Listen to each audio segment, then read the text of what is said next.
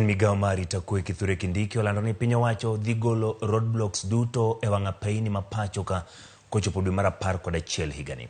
Kindiki onyiso komiti mar od bura ni biro dwaro kondo obila oyud thuolo kowuok e log tich mar obila ma pacho ka motene keto roadblocks e wang' apaya. Kindiki bende opuoyo okang' ma migao mare osegoyo e rakore kod jonjore kaachiel gi jokuoge mag jamni e nyandwat ma ugwe. Ka oloso e nyim komiti mar od bura mar arita kwe, Kindiki oyango chenro mar golo roadblock mag obila e wang' apaya kochopo dwe mar 11 higani. Ma owacho ni en rieyo chenro mag wuoth kaachiel gi tieko mibadhi e ndara. Thuolo magi idhi kaw gi obila mabiro bedo katimo patrol e apeyni go. We are eventually going to get rid of all roadblocks of whatever nature by 1st of November. Last month, or actually early this month, the president directed that within 90 days, we must remove all roadblocks and replace them with patrols and other ways of achieving the security intentions that roadblocks do play.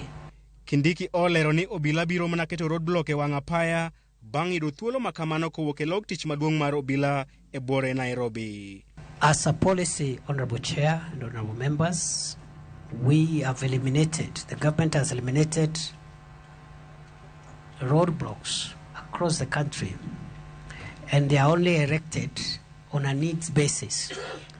And before a roadblock is set up, permission has to be sought from the traffic headquarters in Nairobi, from police headquarters. The purpose of that roadblock must be defined, and as soon as that intended purpose, which is normally a security purpose, as soon as that intended purpose is achieved, the roadblock is dismantled.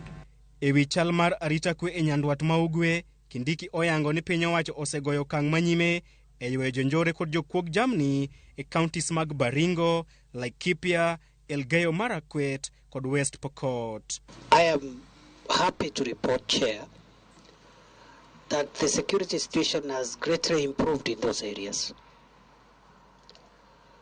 We have been able to flush out dangerous criminals who are hiding in the spaces that we had gazetted.